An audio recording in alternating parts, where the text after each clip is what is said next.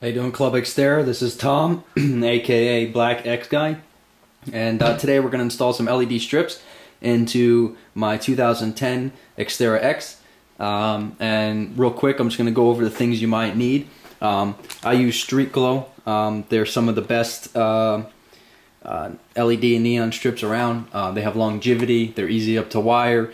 They seem to last longer, and they have brighter intensity. I have blue. These are going to go under, these 9-inch strips are going to go under the front dash, and the 6-inch strips are going to go in the back seats to illuminate the back floorboard. As you see, they're pretty basic, and they come with some sticky tape to put up under there, and I'll show you where I'm going to mount them in a second.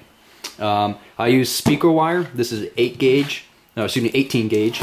I like to use it because, as you can see here, I have 2 wire strands already together. You can use pretty much any wire you want to. Like I said, I like to use these because it has they're connected. You don't really need anything thicker than 18 gauge. These LEDs take minimum power. As you can see, I think looks like they got about a 22, maybe even a 24 of what they use. Obviously, you're not going to need all of these. I'm just trying to show you all the things we could use. I think between the wire and some of the other supplies, I think I spent at most 50 bucks. The LEDs run, I think, like $40 for the set.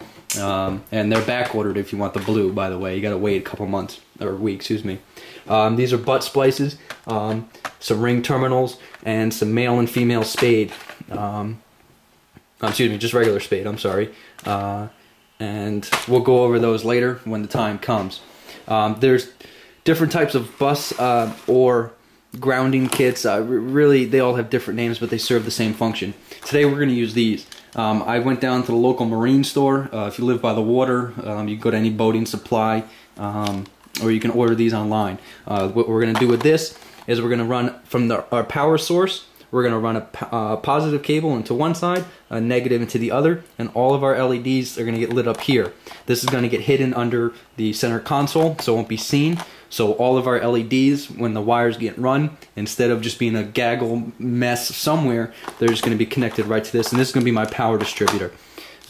This switch I also got down at the marine store. I am like 95% sure this is going to fit perfectly in the stock holes that Nissan's already drilled for us.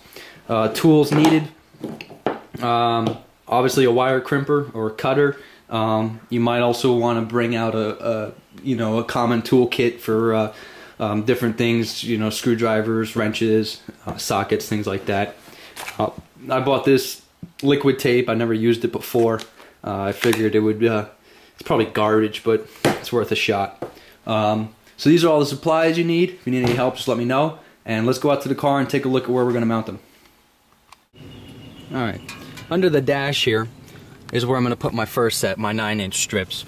You can really put them anywhere that you feel comfortable with the put in. You just want to make sure, obviously, if you need to depress the brake, the gas, or if you have a clutch, to make sure it doesn't interfere with your wiring or your strips. The reason why I decided to go with these wafer thin LED strips, I tested them out already, and they're pretty bright. And I'm going to mount them just underneath over here, so they're not going to be seen from outside the car, and they're not going to be seen on the inside, nor with the wiring or somebody trying to kick them out or anything interfere. In the back, I'm going to place them, see if you can get a good angle here. I'm going to place them right under here, right underneath the rear seat. I'm sorry I can't get a better angle, but kind of space constricted. But you'll see. If that doesn't work out, this is still, I'm installing them for the first time on this car here, so I might put them under the rear seat, behind the driver and passenger seat.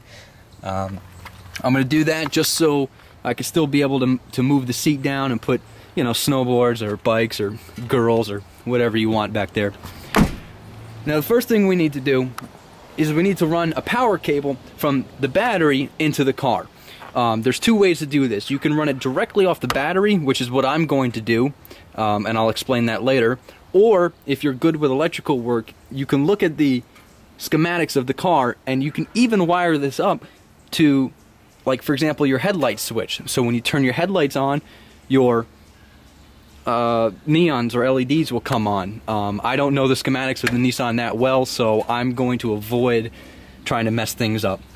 When you're working on a car, especially with electrical work, you want to make sure you disable the negative or the positive terminal off the car, so that way you don't zap yourself, any fuses, or ruin anything. You have a positive and a negative terminal, but we're not going to use this negative terminal today. We're just going to use the positive. And let me see if I get a good angle over here. I don't know if you could see it. Let me see if this works. Yeah, that helps. If you see that little bolt right there, it's to the left of your battery. We're going to use that as a ground. LEDs are a little different than neons. Neons, you're going to actually have to use your negative terminal on your battery because the neons are going to run a closed circuit. But the LEDs are better. They only require a power source and a ground. So we're going to use that little bolt down there as our ground, and I'm going to snake the wire up over here so it's hidden from people looking into the car. So it'll still look like I'm not running a wire. Alright.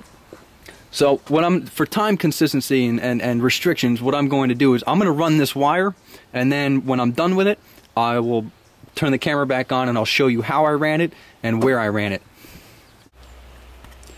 Alright guys, as you can see, what I did was I kept the roll intact because you never know how long or short you want to make it. It's better to have 3 feet extra than 2 inches short, trust me. So what I did, just to kind of eyeball it, I just ran it under here and I ran it around. As you probably, oh, you see, no, you can't, it's a little bit over there. But what I did was I just ran it back around your antifreeze, your windshield wiper fluid, around the fuse box. And as you can see, all the way back here, I saw this little guy and I was like, wait a second, I can use this to my advantage. So I just took a screwdriver, flathead, and pried up a little bit on the, let me grab my screwdriver and I'll show you. Just squeeze a little screwdriver in there, and you twist it a little bit, just enough so you can get that wire through there. And there's 1, 2, 3, 4, 5, 6, 7 of them I did all the way down there. I don't personally, me personally, I don't mind if a wire shows. If anybody asks, I just tell them it's for my, twin turbo supercharger in the back. Most of the times they buy it. But what you could do is you could run it through this line here. I tried doing that, and after about an hour I gave up because I don't have that kind of patience, and I want to get this video done before dark so I can show you the LEDs. Or you can also just take the wire out before you run it, spray paint it black. I know a few people have done that if you don't mind it showing.